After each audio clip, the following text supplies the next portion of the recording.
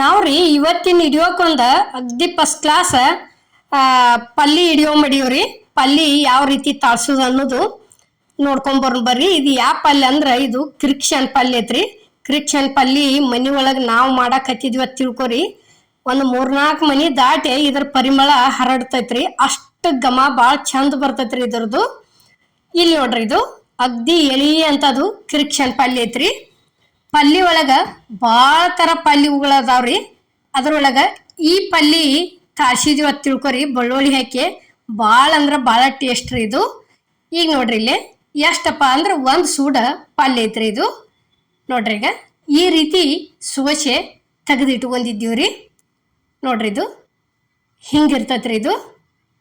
ಈ ಪಲ್ಯ ತಾಳ್ಸಿದ್ವಿ ಅಂದ್ರೆ ಜೋಳದ ರೊಟ್ಟಿ ಜೋಡಿ 2 ರೊಟ್ಟಿ ತಿನ್ನೋರು 4 ರೊಟ್ಟಿ ತಿಂತಾರ್ರಿ. ಅಷ್ಟು ರುಚಿನ ಆಕೈತ್ರಿ ಇದು. ಈಗ ನೋಡ್ರಿ ಇಲ್ಲಿ ಈ ರೀತಿ ನೀರ್ ಹಾಕಿ ಚಲೋತಂಗೆ ತೊಳ್ಕೊಬೇಕ್ರಿ. ಗದ್ಬಡ್ಸಿ ಒಟ್ಟ ಯಾವುದೇ ರೀತಿ ಪಲ್ಲಿಗಳು ಹಂಗ ಮಾಡಬಾರ್ದ್ರಿ. ಎಷ್ಟೋ ಚಲೋ ಐತಿ ಅಂದ್ರು ಸಹಿತ ಇಲ್ಲಿ ನೋಡ್ರಿ ಈಗ ಯಾವ ರೀತಿ ಮಣ್ಣು ಇರ್ತೈತಿ ಅನ್ನೋದು. ಹಿಂಗ ಮಣ್ಣು ಇರ್ತೈತ್ರಿ. ಅದು ಎಷ್ಟೋ ತಾಜಾ ಐತಿ ಅಂದ್ರು ನಾವು ತೊಳೆದ ಮಾಡ್ಬೇಕ್ರಿ. ಇಲ್ಲಿ ಗ್ಯಾಸ್ ಮೇಲೆ ಕಡಾವಂಗಿಗೆ ಎಣ್ಣೆ ಹಾಕಕತ್ತೀವಿ ನೋಡ್ರಿ.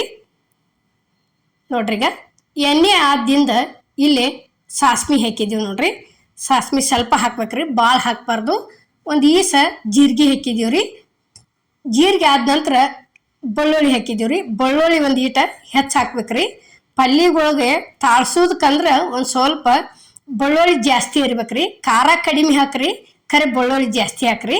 ಇಲ್ಲಿ ಹಸಿಮೆಣ್ಸಿಕಾಯಿ ಖಾರ ಹಾಕಿ ತಿರುವಾಡಿದೀವಿ ನೋಡ್ರಿ. ನಾವೀಗ ತಿರುವಾಡಿ ಕೆಸಿಂದ ಏನೈತಿ ಈಗ ನೋಡ್ರಿ, ಇಲ್ಲಿ ತೊಳೆದಿಟ್ಟಂತ ಪಲ್ಯ ತಂದ ಒಗ್ಗರ್ನಿಗೆ ಸೇರ್ಸಾಕತ್ತಿದೀವಿ. ಇಲ್ಲಿ ಬೆಳ್ಳುಳ್ಳಿ ಜಾಸ್ತಿ ಹಾಕಿ ಖಾರ ಕಡಿಮೆ ಹಾಕಿದ್ವಿ ಅಂದ್ರೆ ಅಷ್ಟ ಅದ್ರದ್ದು ಖಾರ ಬೆಳ್ಳುಳ್ಳಿ ಹಾಕಿದ್ರದಿಂದ ಅಷ್ಟು ಚಂದ ಅಷ್ಟು ಟೇಸ್ಟ್ ಹತ್ತತ್ರಿ ಅದು.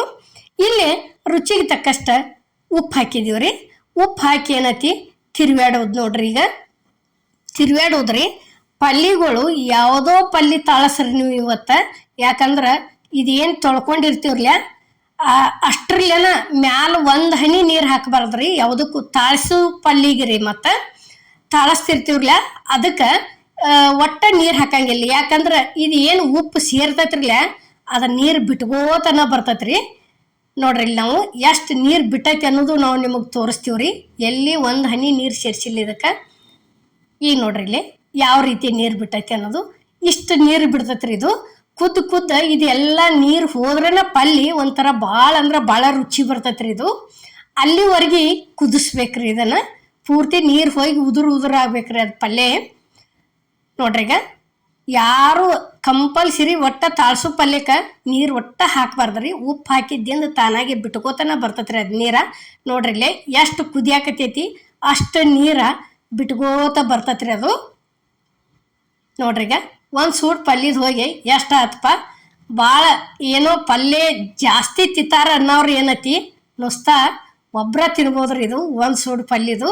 ಇಲ್ಲಿ ನಾವು ಜೋಳದ ರೊಟ್ಟಿ ಒಳಗೆ ಸರ್ವ್ ಮಾಡೀವಿ ನೋಡ್ರಿ. ಮೆಣಸಿನ್ಕಾಯಿ ಕ್ರಿಕ್ಷನ್ ಪಲ್ಯ ಹಚ್ಚಿ ಇಟ್ಟದೀವ್ರಿ. ನೋಡ್ರಿ ಈಗ ಈ ವಿಡಿಯೋ ನಿಮ್ಗೆ ಇಷ್ಟ ಆಗೈತೆ ಅನ್ಕೋತನ್ರಿ. ಕ್ರಿಕ್ಷನ್ ಪಲ್ಯ ತಾಳ್ಸೋದು ಇಷ್ಟ ಆಗಿದ್ರೆ ಲೈಕ್ ಮಾಡಿ, ಶೇರ್ ಮಾಡಿ, ಕಮೆಂಟ್ ಮಾಡಿ, ಸಬ್ಸ್ಕ್ರೈಬ್ ಮಾಡಿ. ಇದೇ ರೀತಿ ಅಮ್ಮನ ಅಡುಗೆ ಚಾನಲ್ಗೆ ಸಪೋರ್ಟ್ ಮಾಡಿ. ಎಲ್ಲರಿಗೂ ನಮಸ್ಕಾರ.